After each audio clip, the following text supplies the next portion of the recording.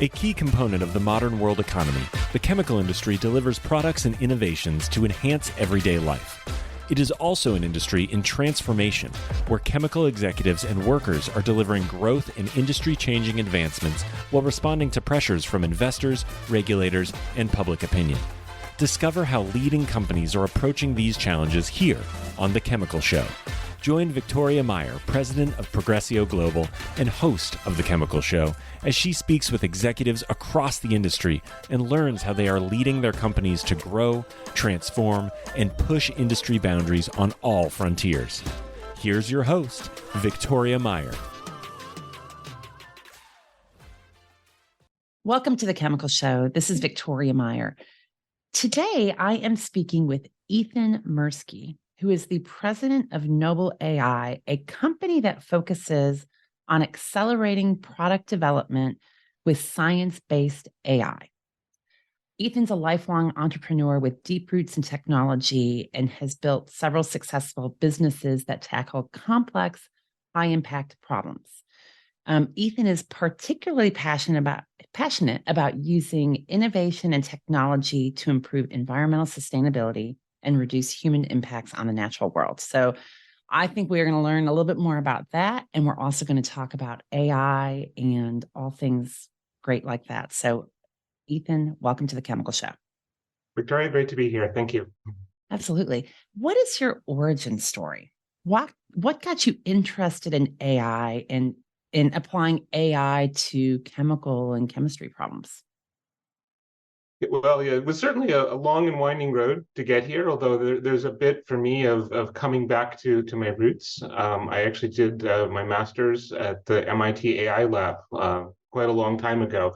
And although at the time it was sort of towards the end of one of the AI winters, so things felt a little struggling, but some promising seeds. I was actually on the hardware side, building chips that could accelerate computation, which led me into my first diversion, which was telecommunications chips.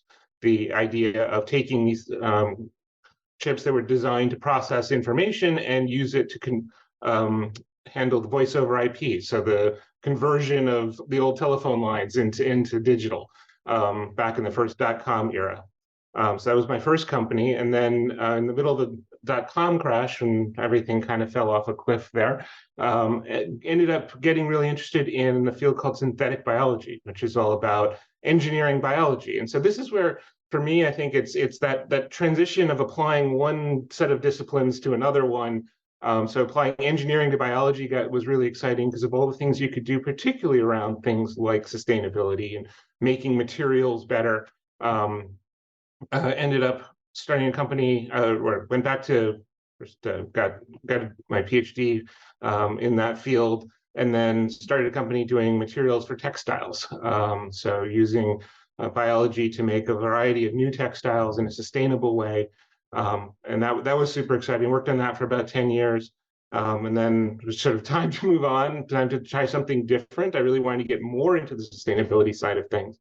Joined a fund run by called Baruch Future Ventures. It's a family office of an investor in my first company. He started a fund on sustainability, worked there, exploring the field, and really ran into this problem of there's so many different approaches. There's lots of materials, lots of chemical processes, all trying to address these problems that we see in the world of how do we reuse materials, how do we more efficiently use materials, and they're all exciting. I just couldn't figure out which one I wanted to do.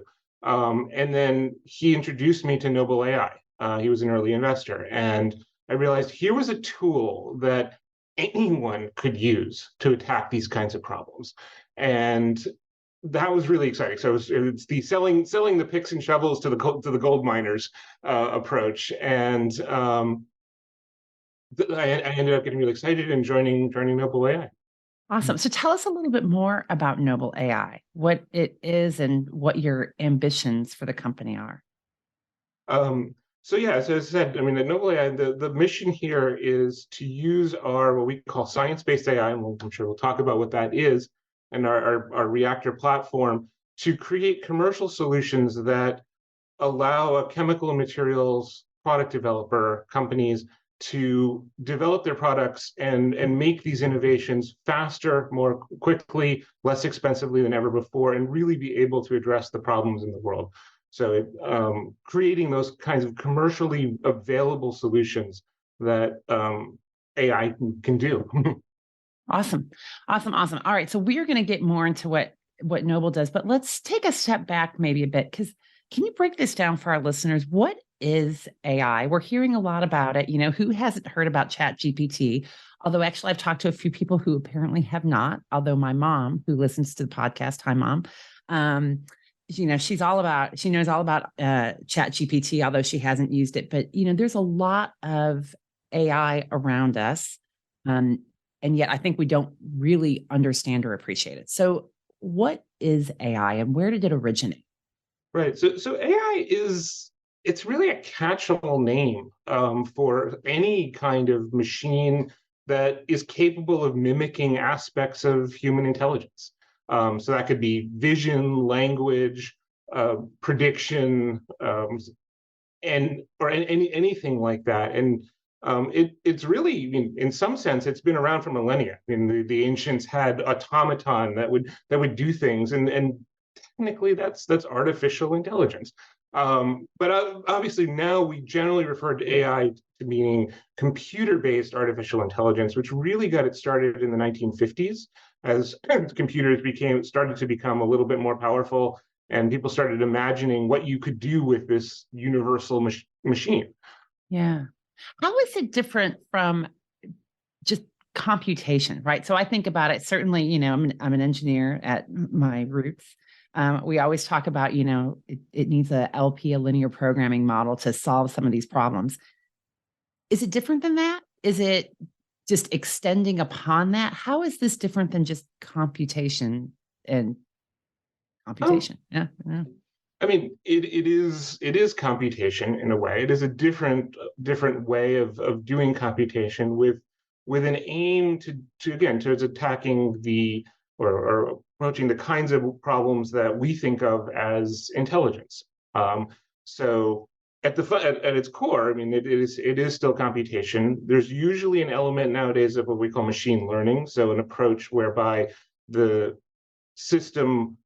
machine is capable of taking in new information and improving its own computation based on that new information, changing the way it is doing that computation based on its own information. So there is a kind of positive feedback loop going on in there. And there are many, many different ways of doing that.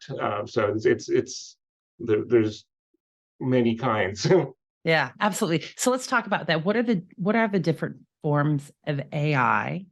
And how are we interacting with them today? Because I'm sure that we're interacting with them more often than we think. Oh, absolutely. I mean, it's everywhere, and it really comes down to how you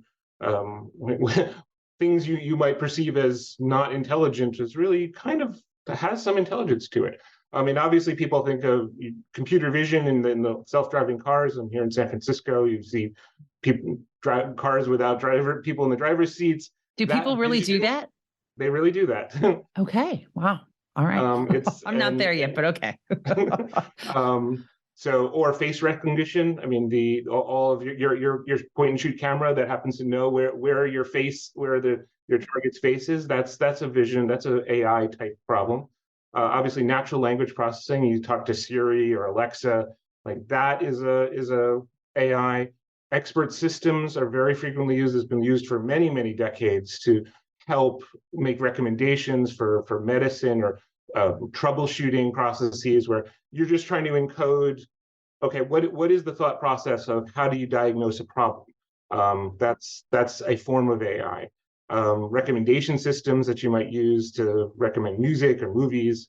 And then obviously the more recent thing of the large language models like ChatGPT that generate text or images based on prompts. Those are all different forms of AI. And then frankly, there's form that NobleAI does, or we call it science. Yeah, so tell us about this. So science-based AI, right? So yes. So what is that and how does it differ from other forms of AI? So let me start with the challenge that it's created to solve is that you've been in the chemical industry for a long time, that you know how difficult and time consuming it can be to develop a new product, to develop a new material. And these are very, very complex problems. They're very difficult.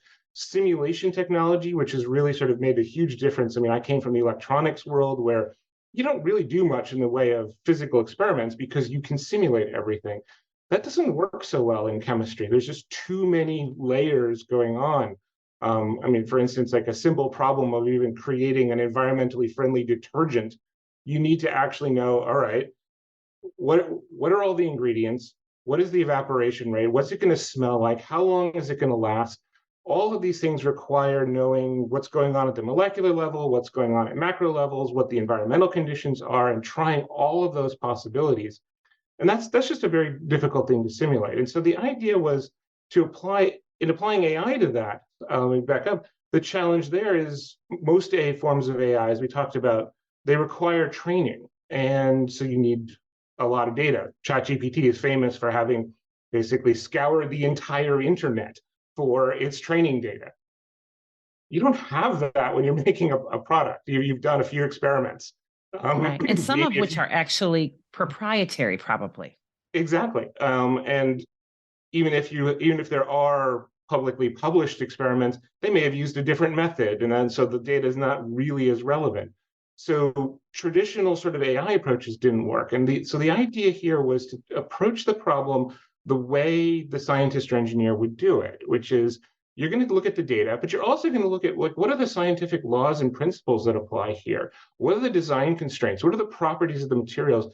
And try and incorporate all of that into a model that can understand this problem, not all problems, but the problem you're dealing with, and deliver the kind of insights and understanding that allow the developer to make smart decisions, and really accelerate. Instead of you could do thousands of experiments on your computer before you do the handful of experiments in the lab to confirm that it works. Yeah. Interesting. So do you have any specific examples of product or development areas that you or your clients are working on at the moment to utilize NobleAI? Yeah, absolutely. We're actually working in a variety of areas. So we work on batteries, predicting the lifespan of a battery based on its structure and its chemical properties. I mentioned the sort of laundry, so consumer products is the kind of sort of thing that we would do. We've also worked in generating clean energy, hydrogen, and so there's actually quite a few, and they continue to grow. We have. We'll be right back. At Ecovist, they're accelerating the transition to a sustainability-driven future. Their long history of innovation, expertise, and customer collaboration supports the development of proprietary catalysts and services across their two industry-leading businesses, Advanced Materials and Catalysts and Eco Services. Advanced Materials and Catalysts is a leader in proprietary and customized technologies for polymers, cleaner fuels, emissions control, and circularity. Eco Services is the largest North American recycler of spent sulfuric acid. Ecovist, your catalyst for positive change. Large number of customers growing. That's awesome. That's really awesome. And I think you maybe touched on this already, but where do you actually find this data? So, I mean, so you're starting with a certain data set, and it sounds like in scientific principles. And then the machine creates more, I suppose. And then companies are adding data into that. Is that how that works?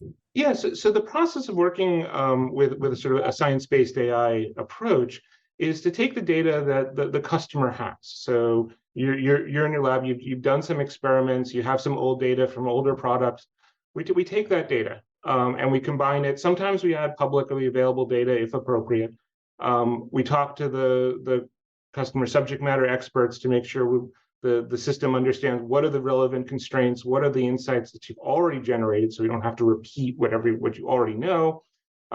We have our own internal science experts that can look at a problem and say, yeah, this is a diffusion, so we need to include this law. And we also work with outside experts. I mean, university professors who advise us on, hey, in this field, these are the things that you need to model. And those are the things that we incorporate into our models that the customer can then use. And how do you keep proprietary information proprietary? I know this is a hot topic at the moment in the public domain, because people are, I think there's been some government related documents that have been input to Chat GPT to improve, and now all of a sudden, where did it go? But from a Noble perspective, and with you and your clients, how do you maintain firewalls or keeping proprietary information proprietary? Absolutely, it's a really good question, and it's something, I mean, our customers care a lot about, and I think everyone should care a lot about. We're actually in a pretty unique position, that we don't work, because we don't work the way, say, ChatGPT does. We're not building a single model that everybody gets to use, and therefore we need everyone's data to train it. We're building models specifically for a customer, and so when we take some customer's data, that data exists in an isolated cloud instance, whether it's our cloud or even their cloud, their private cloud, and the model is trained there, and it is that customer's model exclusively. The only thing that we carry forward is, hey, we learned how to create that model quickly, so we can create more models more quickly. But we do not use any data from any customer to apply to another one. Got it. So it's all isolated. And so you're effectively creating multiple AI models Exactly. for each customer. Exactly. Yeah, and I think in some ways we have the advantage. I mean, it's both the challenge, as I said, that there's a limited amount of data for a given product, but it's also an advantage in that sense, because with only that limited amount of data, there's no point in trying to apply it to someone else, because that data there's a different product over there. It's a different system. So we get to keep those things separate. Interesting. So one of the things that I know people are concerned about, and quite honestly, when you think about algorithms, social media, Facebook, Instagram, heck, even some of these news sources, Apple News and what have you, gets a bit of a bad rap because it's a spiraling effect, right? So it feeds into each other. And I think there's a concern along the way that AI, that algorithms eventually really skew results of whatever variety, whether it's news pieces that are being fed to you, whether it's scientific results. How do you respond, or how do you think about that? Because I think, we want to keep it, people want to keep integrity in it. Algorithms obviously speed things up, but how do you prevent the skew? So I'll answer that sort of two ways. And I think there's the general problem, and then I'll talk more about what we do at Noble. I mean, in general, I mean, AI I see is a tool. I mean, it's obviously a very powerful tool. A lot of its implications are poorly understood because it's very new. And as with any powerful tool, it can be used for good or bad, and it has consequences that we may not have anticipated. And by itself, these tools and algorithms can't take away choice or information, but people can choose to use them in a way that does. And so I think there is value in having some kind of framework for helping evaluate these things, and looking at allowing people to make wise choices. I mean, so for instance, I came from the biotechnology industry, where there are some incredibly powerful tools that manipulate DNA and can sound really scary. At the same time, there are systems, regulations, processes in place to ensure that, or at least to help ensure that it's used appropriately. And obviously those systems are not perfect, and they need to be continually updated and as technology advances, but we have over the last several decades gotten to the point where we can make COVID vaccines and other kinds of life-saving treatments really quickly with these tools, and mostly avoided most of the major risks that people might be concerned about. So I'm sort of imagining there's a value to a similar kind of process that needs to be in place for AI in general. Speaking more specifically about Noble, one of the reasons why, I mean, I'm attracted to it, and I feel like it's easier to guide and direct because by nature, we're aiming at problems and we're aiming at systems and embedding science into the AI so that it's not capable of producing answers that are wrong, and they're always verifiable. I mean, if you're going to say, hey, this is the product you should make, you can go build it, you can test it, you can see that, okay, that actually does work. The scientific laws do apply to that problem too. And there's always going to be, and we're building in a way that the scientist or engineer, this isn't a replacement for them. This is their tool. This is like your Excel spreadsheet for the accountant. It's something that allows you to do what you would naturally do, just faster. You can explore more things, but you can always go back to, hey, let me check this. Let me go back to the lab and verify that that really is the case. And so I feel like that kind of feedback loop is what it helps keeps us honest. And that's what we really want to aim for. Yeah, interesting. So when we talk about noble and science-based AI, Mhm. how do you see this changing how material products are developed? So where does this fit in the process maybe of Mhm. product development? Yeah, absolutely. So, I mean, obviously, the traditional approach is you have an idea, you make your design, you do some experiments, you collect data, you repeat cycle. And there are definitely tools out there that aim to speed that up and help do the data analysis more quickly. Um, what science-based AI and what Noble's platform is really intended to do is allow you to do that process, but do a lot of that kind of testing in silico. So instead of trying to design, doing your experiments over weeks or months, trying again, you do some experiments. You maybe even have data you've already created from previous products. Train our science infused machine learning models, and then use that to run a bunch more experiments, thousands of them. And that helps you explore the space. And so you get a lot of information that you can look at and say, all right, now I understand where I should be doing more experiments, or even, hey, this is where the product needs to live. One of the benefits of having the science in the network is unlike ChatGPT, which might make up answers, our tools can say like, hey, this is our confidence level in this answer. Like, we know that this is very likely to be true. This is less likely to be true. So you can use that to say, all right, now I can understand this. So it's really going to accelerate your process by, again, allowing you to explore the design space and just very quickly develop that understanding of, hey, here's all the things I can do.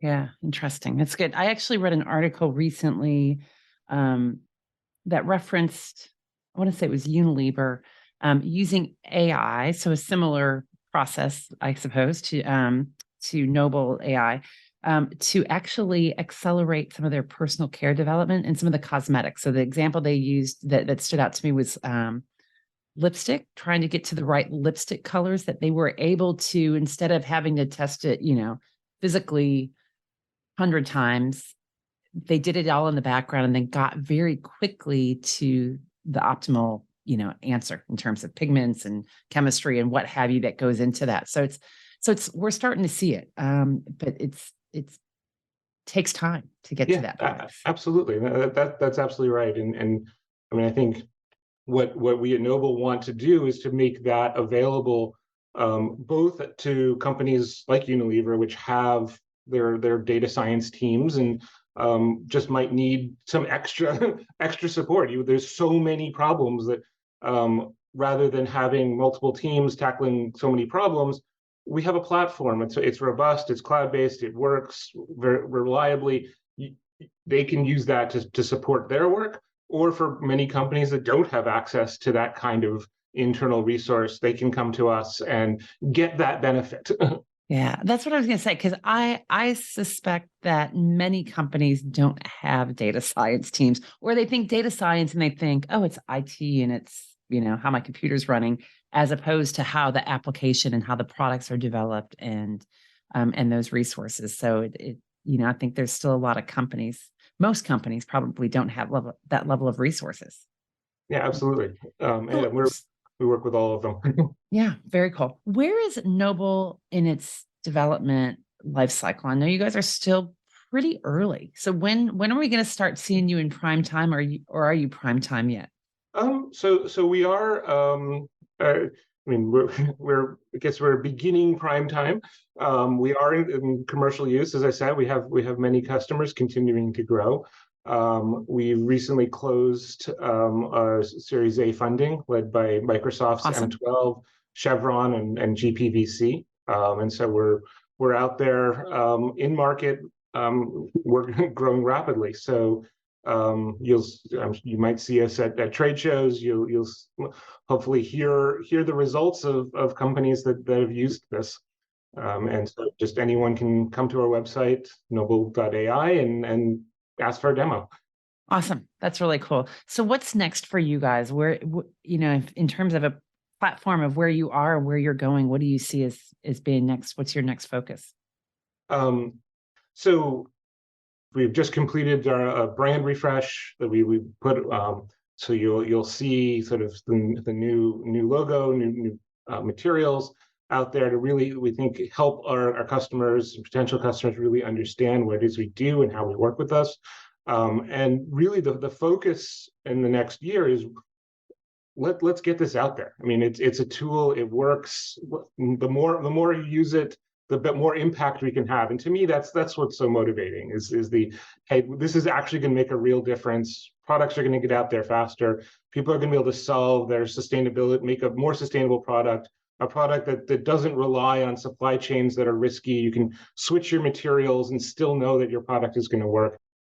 That's really what I do. I mean, obviously we've got many new features coming, new capabilities. And we can talk more about that, but it's really, for now, the focus is like let's get more people using it. Let's use it. Let's use it and make it happen. Yep. Awesome. Cool. Ethan, this has been great. I really appreciate you taking the time to talk about AI, because we need to demystify it a little bit more, and also to share the story of NobleAI and what you guys are doing. So thank you for joining us today. My pleasure. Happy to be here. Absolutely. And thanks everyone for listening to The Chemical Show. Keep listening, liking, sharing, and we will be back next week with another episode.